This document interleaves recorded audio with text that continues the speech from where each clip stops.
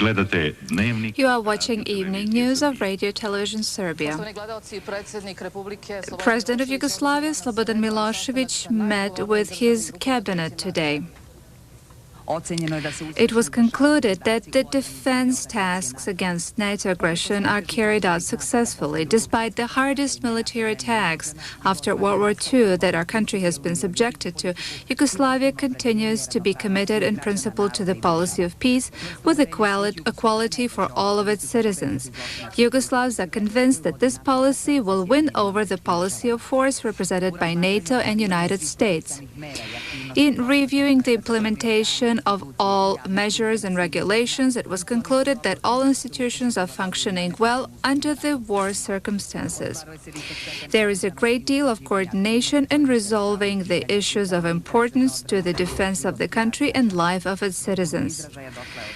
The responsibility and decisiveness of our citizens is evident in their desire to protect the freedom and integrity of our country. President of the Republic and Commander-in-Chief Slobodan Milošević issued an executive order on extraordinary promotion. General Svetozar Marjanović was promoted into a 3-star general, and Nebojša Pavković was promoted into a 3-star general as well. Generals Marjanović and Pavković were promoted in an extraordinary manner for the skills they demonstrated in commanding forces that are involved in the defense actions against an enemy that possesses superior technical capabilities. A personal message of Slobodan Milošević to Libyan leader Muammar al-Gaddafi was delivered to the Minister of Foreign Affairs in Tripoli, Muammar al-Muntasser. Message expressed appreciation for Gaddafi's appeal to the League of Non-Aligned Countries, Organization of African Unity, Organization of Arab League, and Islamic Conference. This appeal was aimed at ending and condemning the aggression on Yugoslavia. Russia continues with its efforts to stop the aggression on Yugoslavia. President Yeltsin viewed the talks that took place in Belgrade as a positive step and ordered his government to continue its activity aimed at ending the aggression. Boris Yeltsin viewed as positive the talks that took place in Belgrade between Milošević and Primakov and stated that optimum results were achieved in Belgrade under the circumstances. After a meeting with Primakov and High's leadership, Yeltsin issued an order to continue with the efforts to find a political solution.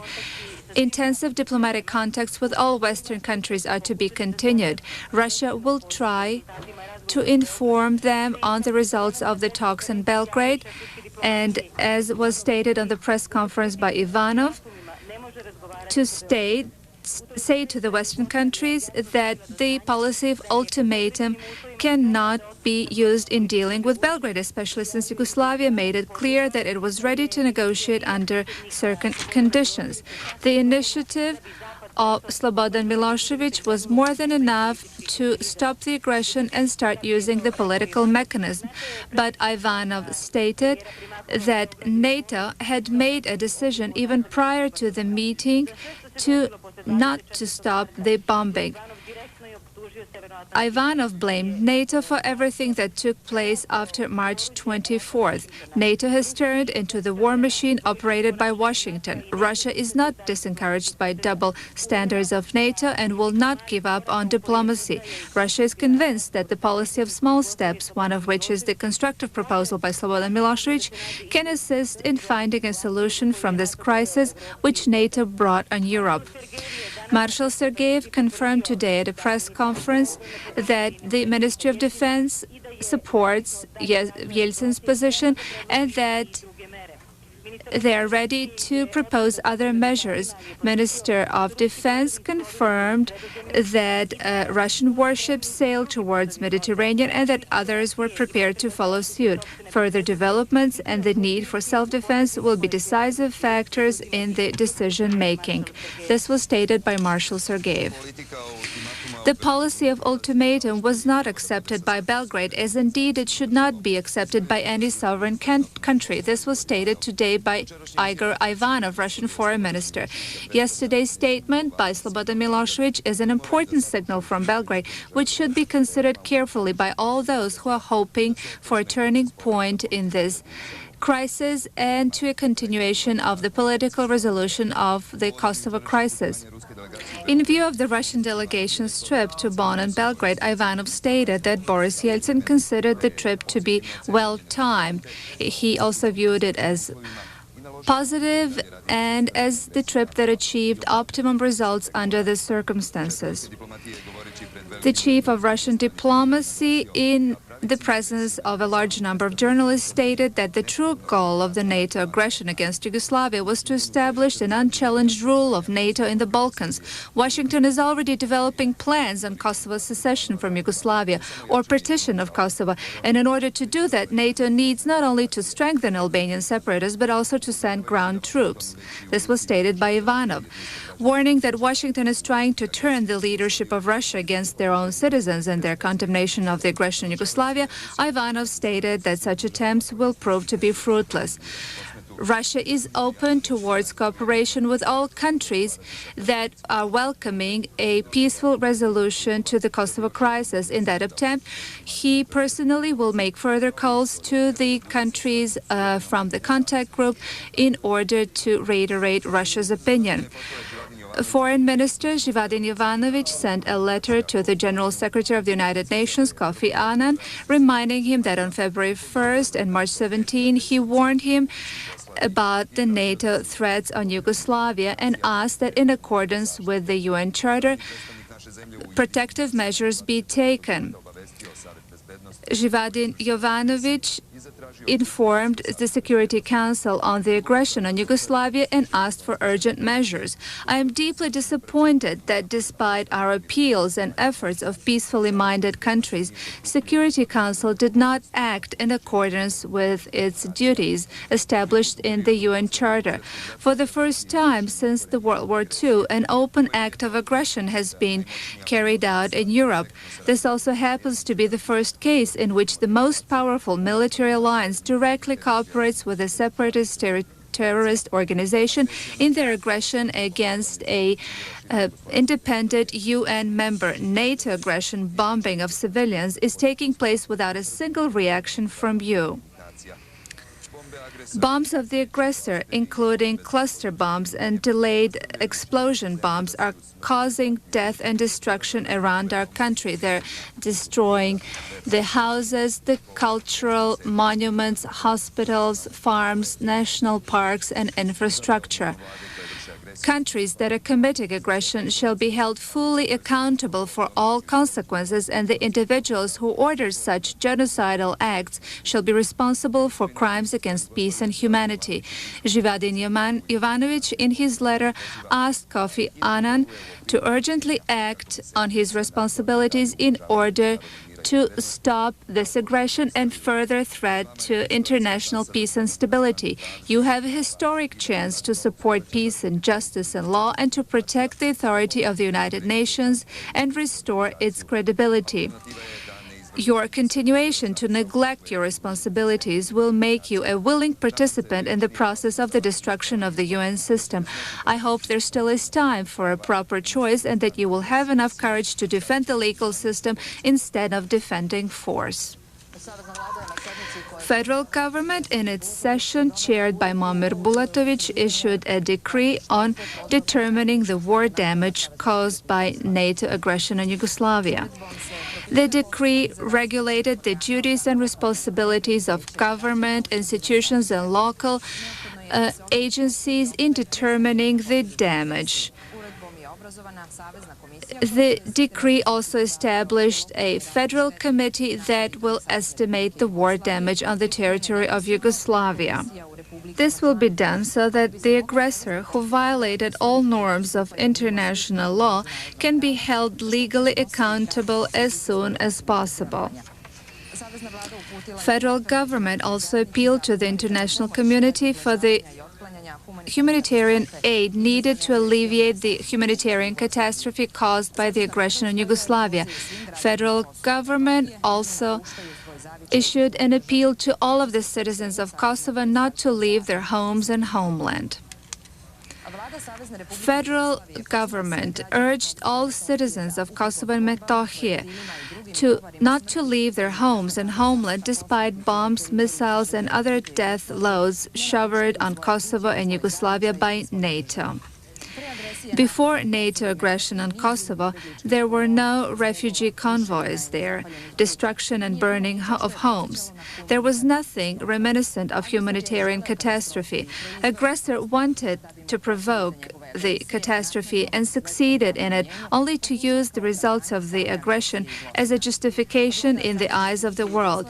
Government of Yugoslavia especially appeals to Kosovo Albanians not to leave the country but to remain here so that we can jointly remove this dangerous aggression as soon as possible. Only terrorists and murderers are not welcome in Yugoslavia and Serbia. The defense forces are defending and protecting all citizens from all religious and ethnic communities in Kosovo and Metohije. Serbian government held a session today chaired by Mirko Marjanovic, and it was concluded that there are sufficient supplies of food on the market. The prices remain stable. In order to stabilize the tobacco market, the government issued an order to increase the cigarette supply by 50%. This will be achieved by increased production and also by the additional steps in the sale of cigarettes. The inspection teams are authorized to undertake all measures to prevent the black market activity. Government also analyzed the measures needed to reconstruct the government buildings, schools, daycare centers, and hospitals ruined by the NATO air bombs. Ministry for Civilian Engineering was instructed to provide resources for securing the construction material needed for repair of the destroyed buildings. Western propaganda, which prepared the aggression on our country, continues to actively participate in genocide on Serbian people. This time, they use as a weapon a story on humanitarian catastrophe caused to Albanian refugees by repression from Yugoslav army and police. Western media purposefully conceals the fact that NATO bombs in Kosovo do not discriminate against people of different nationalities, and that people, in fact, are escaping from NATO bombs which target both civilian and military facilities. Unfortunately, the Western public has long ago forgotten the longest convoys of refugees that were ever seen in Europe, and those were the Serbian refugees escaping from Serbian Krajina and Croatia. This was filmed only 4 years ago after Croatian forces attacked Serbian Krajina in an operation called the Storm. After that, Serbian refugees headed towards Yugoslavia. Then Foreign Minister Vladislav Jovanovic urged Jasush Jakashi, special envoy of the UN, to enable the refugees a free passage to Yugoslavia. This was a mind-shattering picture. Unprecedented exodus of Serbs from Krajina was the latest chapter in a book of Serb refugees. After the breakup of the former Yugoslavia, 2 million Serbs lost their homes in Bosnia and Croatia. 700,000 of them came to Serbia, and the rest resettled in Republika Srpska, European and overseas countries. Based on one of the reports of the Croatian Helsinki Watch, at that time, in Croatia, 10,000 Serb homes were bombed. When at 5 a.m. on August 4, 1995, Serbian refugee convoys headed towards Yugoslavia, all international humanitarian organizations disappeared from the scene. The international media gave the following commentary on the exodus of Serbs from Krajina.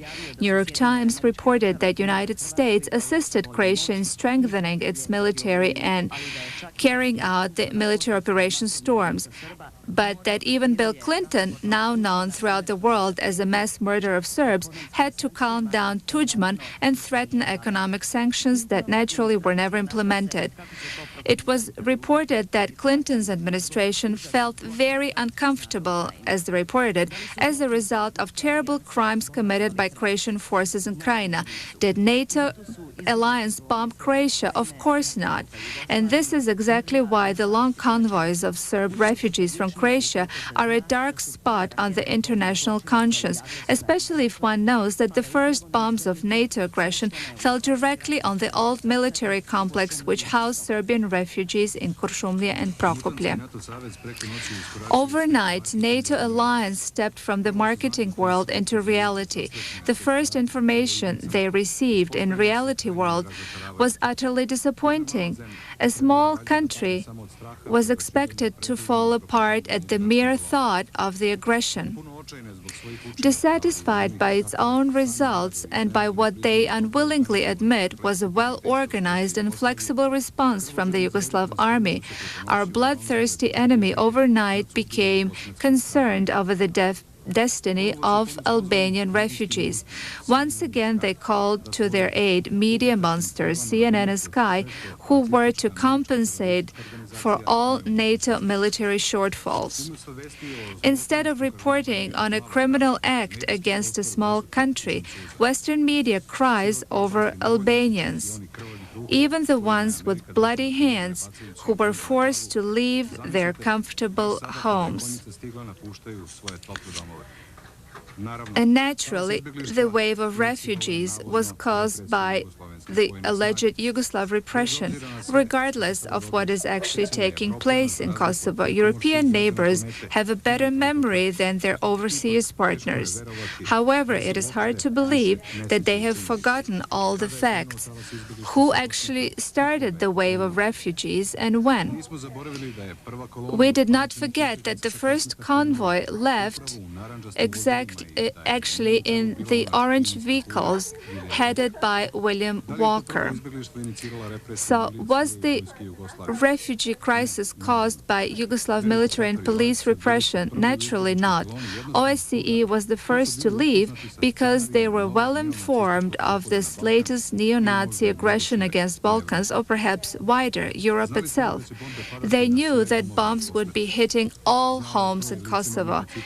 Even a so-called pacifist Ibrahim Rugova knew that. He even declared it in his message sent to his fellow citizens one day before their homes were destroyed in the aggression. He called them to leave their homes and evacuate into Macedonia, where everything was standing ready for them. Citizens of Pristina did not take this warning seriously up until the night when the aggression started, when bombs started the destruction of their homes. Unfortunately, only those who survived it understood it. And today, CNN and Sky lament over revengeful Serbian nature. They wonder how on earth the Yugoslav government managed to force the Kosovo Albanians to leave their homes destroyed by tomahawks in the cities that were left without electrical power or water after the bombing. Instead of this concern from afar, Kosovo Albanians and all other Kosovo citizens would much rather see the verification teams at their land. In any case, if there is such a repression, why aren't the verification teams here to report on that? Instead, they're in Macedonia, which is where the refugees are headed.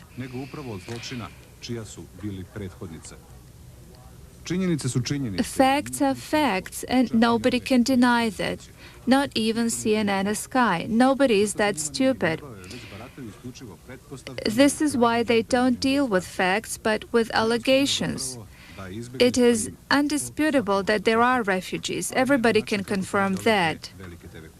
But not the way that CNN and Sky are doing that. CNN and Sky are so convinced that their viewers are retarded that they shower them with these unconvincing footage showing refugees in the snow and then also refugees in the hot summer sky. At the end, let us say what NATO aggressors want us to say. There are refugees, but less than you wanted because you are killing them. You are killing not only those who became refugees in this current crisis, but also those who already survived one refugee exodus from Bosnia and Croatia, only to be killed by yaw bombs in Serbia. On a daily basis, CNN and other broadcasting companies whose countries are involved in an aggression against our country spread lies in order to assist those who want to introduce their style of democracy with the help of bombs and missiles.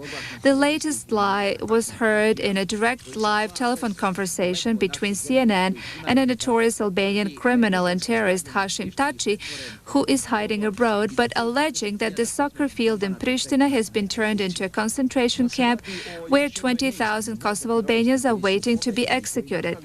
The best evidence that this is another lie by Albanian terrorist who continues to incite Kosovars and deceive international community is this footage of the soccer stadium of the soccer club in Pristina. So this is fact. This is the truth. And another fact that was not reported by CNN is that aggressor bombed the administration building of the Ministry of Interior, housing complex for refugees and underprivileged citizens. This, gentleman, for CNN is the truth. Self-proclaimed terrorist leaders alike hiding abroad continue to distribute lies which deceive not only foreign media but their own people. Leaders of Serbian terrorists and separatists from Albania and other aggressor countries claim that today in the streets of Pristina you can find only dead bodies. Please look at this yourself.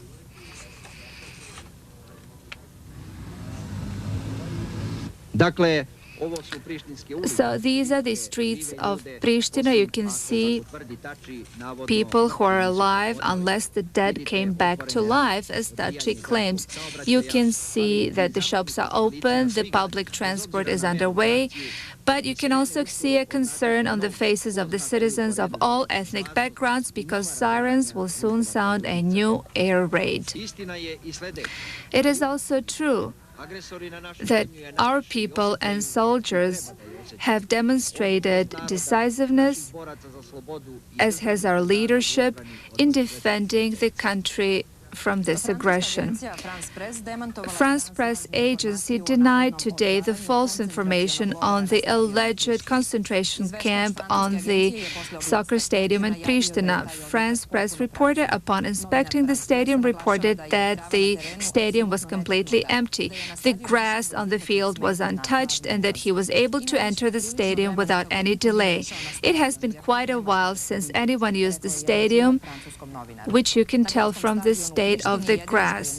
The only thing that is new on the stadium is a huge damage caused by savage NATO bombing 2 days ago. On a border crossing Tabanovci, there was a group of Albanians, mostly from Kosovo, but also from other areas. They're not leaving Kosovo because of repression or the alleged ethnic cleansing. They're escaping because they're afraid of the insane NATO bombing. Yes, every day they're shelling, and we were told that they would be shelling again today. So we're going to Macedonia. Yes, I'm afraid of the shelling. It is very difficult. The houses are burning. We were left without houses. We had to leave. We're going to Macedonia. Have they bombed Vučitrn? Yes, they have, terribly. Were you afraid? Oh, we were afraid a lot. The children, too. We were really afraid. Are they shelling? Yes, the bombs are falling in Pristina. Everybody's leaving. Why are you leaving? We are worried. We're afraid. Where are you coming from? Gnjilane. I've been waiting here for 2 days. How is it in Gnjilane? It's terrible. If it wasn't terrible, we'd be still in our houses, but we're afraid. The situation is terrible. We are not running away because we feel like it. We're running away because of our children. Our children are afraid. Everybody's afraid. Have they ruined the houses? Haven't you heard about it? They're burning the houses. The bombs are falling in Gnjilane. Yes, they are. Yes. We were afraid. This is why we're escaping. The old people are crying, let alone the children. Aggressor does not have sufficient number of bombs to outweigh our love towards freedom and our homeland. This was the message of the soldiers of the Third Army who met with Generals Pavkovic and Lazarevic, who visited the troops of Pristina Corps in the military zone. Commanders of the Third Army, Generals Pavkovic and Generals Lazarevic, visited the troops in the military zone and were able to see for themselves the readiness of the soldiers in defending their country. They also talked with soldiers and officers. Do you know that I have sent a message to the soldiers commending them on a brave and professional attitude? I said that you were true heroes. You are persevering under extreme circumstances. Can we send a message to aggressor that they do not have sufficient bombs to outweigh our love towards freedom and our homeland? Yes, we can. Do you know that as defenders of Kosovo, you are becoming a legend? You are writing the brightest pages in the modern history of the Serbian people. You know that on 1389, Serbia was enslaved. On 1999, they're trying once again to take Serbia away from us because Serbia is being protected here in Kosovo. Kosovo will not give up on Serbia, nor will Serbia give up Kosovo. And this is why you should be proud of what you're doing today for your homeland. General, we are entering the second day of NATO aggression against Yugoslavia. Despite daily bombings, you and the commander of the Third Army are visiting the troops daily. Can you tell us something about the situation? For 8 days now, we have endured criminal NATO aggression against our country. NATO is carrying out savage attacks together with the remaining Albanian terrorist and separatist forces. They are conducting a terrible attack on our country with a focus on Kosovo. Based on the force that is used and determined targets, this is the most brutal and bloodiest NATO aggression against a peaceful and independent and sovereign country. During 8 days of war, NATO aggressor achieved only one goal. They have caused a great evil to our country and created a humanitarian catastrophe in the whole country. This is a dark and bloody aggression. During the 8 days of war, the aggressor attacked everything that was Serbian, everything that had any symbol of our state. They attacked all defense forces of Pristina Corps, but also non-military targets, industrial, medical facilities, and cultural monuments. The cruise missiles, also called smart missiles, which were programmed to hit only Serbian targets, also hit the facilities that belong to other ethnic communities in Kosovo. They cannot achieve other goals. Remaining Albanian terrorist forces in Kosovo are facing defeat. All defense forces of Pristina Corps are completely operational and ready. And as far as their use of ground troops, they better think twice.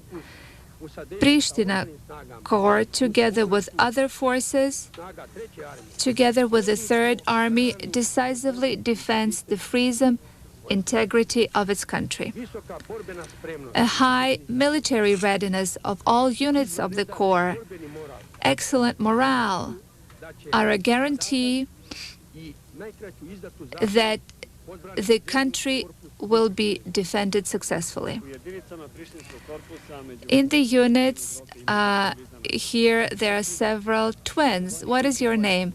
A Private Boyan? Petrovic and Private Petrovic Dejan. How long have you been in the army? For 6 months now. We were well prepared during our training in Novi Pazar, and later on we came here to protect Kosovo. You are here on the field every day. NATO aggression is underway. How do you feel? Well, we have no fear. We are not afraid of NATO. We are carrying out our responsibilities successfully. We shall fight until the end.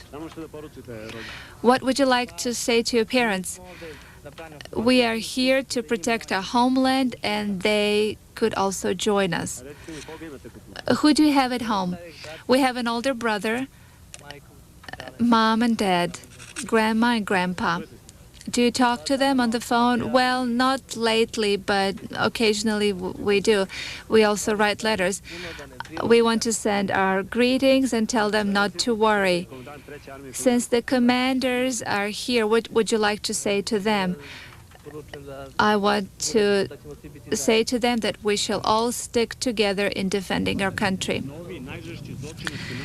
The latest NATO attack on Pristina and Gračanica took place last night. Immediately after midnight, the first wave of bombing started. In addition to 4 cluster bombs, which are forbidden by the international agreements signed by NATO countries, you are now watching the effect of these forbidden cluster bombs. The second wave of the attack came about 30 minutes later. We were following this attack from a hill near Pristina. In the second wave, 4 more cluster bombs were thrown. Our defense responded by shooting at the enemy planes. And here there is footage of a true fight between our defense forces and the aggressor. The aggressor was trying to confuse the air defense forces.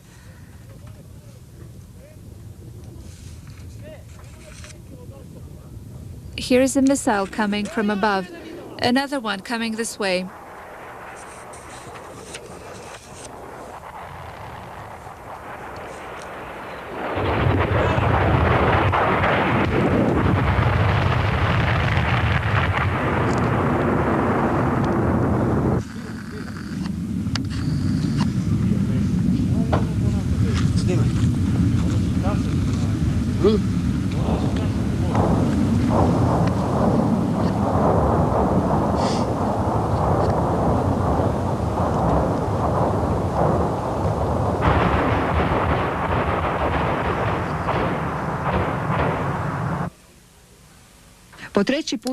For the third time, the enemy targeted the village of Gračanica, where one of the most sacred monuments of Serbian culture is located. The enemy, who hails from a country with no past, no ancient culture, target exactly that what they themselves do not have in their countries. Gračanica is, as the poem says, proudly raising up into the sky, defying the time and aggressor. They don't understand that Gračanica does not belong only to Serbs, but also to the cultural heritage of the world. The enemy is trying to destroy our cultural roots, its cultural centers. Foreign journalists came to visit the monastery Gračanica to see for themselves the criminal acts of the enemy. They threw 2 more bombs last night, not far from the monastery. One of them did not explode, and the other one was a cluster bomb that spread throughout the environment, and you can see the damage that it caused.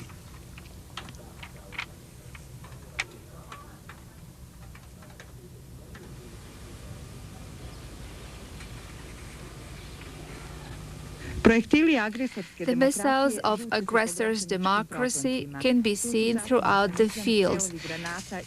There are time-delayed mechanisms, shrapnels all over. Last night, aggressor launched 20 missiles on the village of Lukari and Devet Jugovića. They targeted strictly civilian objects.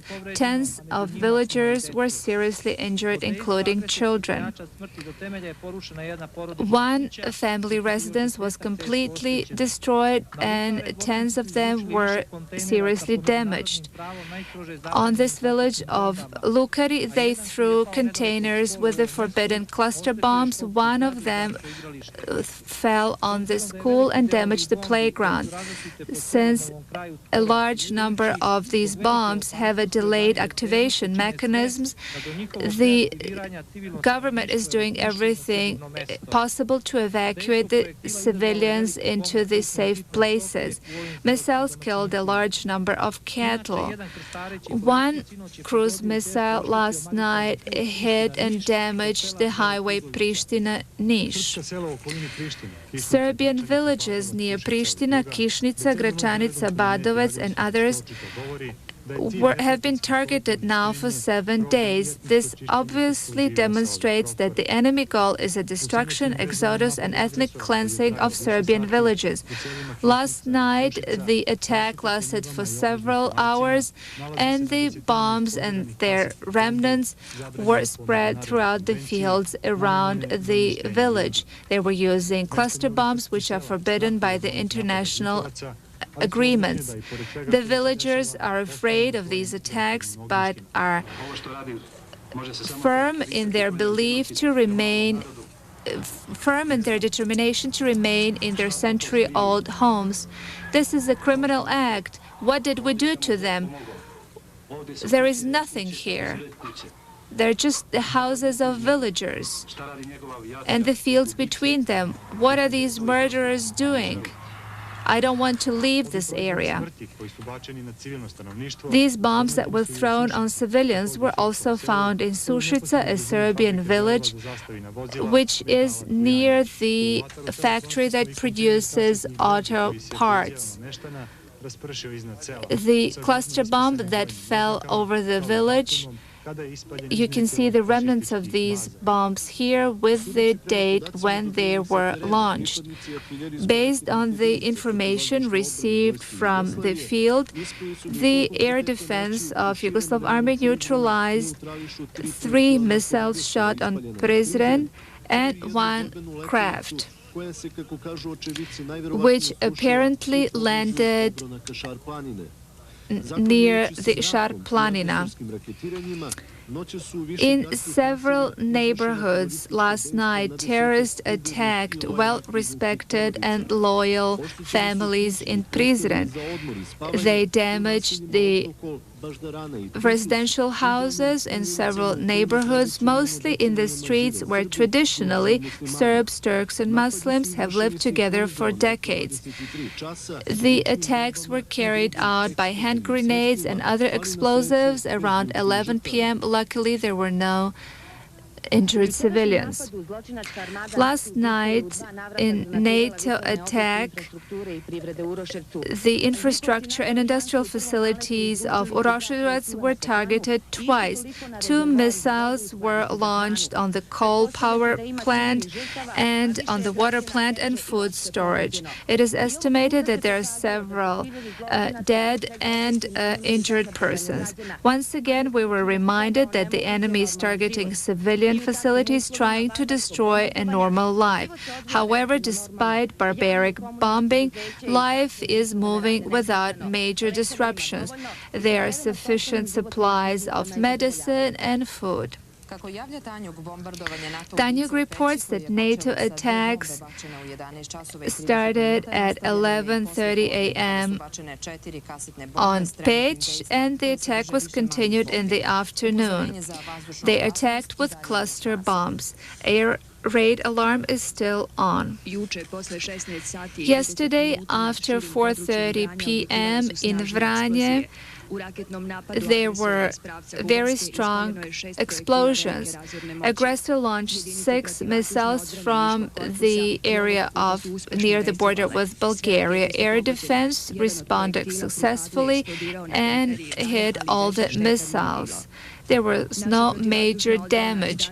Our air defense today in the afternoon destroyed one more enemy missile near Vranje.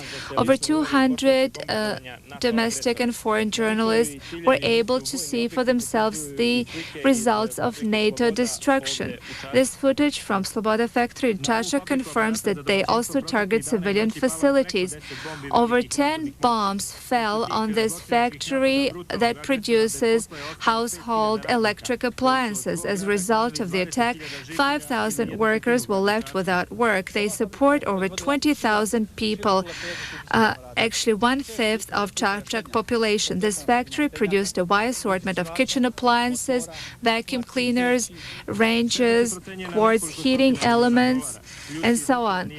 The damage is estimated at several $100 million. The workers of the factory stated that our country will defend itself from the aggressor, that the facilities will be rebuilt in the future, which will show to the aggressor that our country cannot be conquered and destroyed. Coming up next, a newscast from Russian television. Then today's Pentagon briefing on the military action in Yugoslavia. After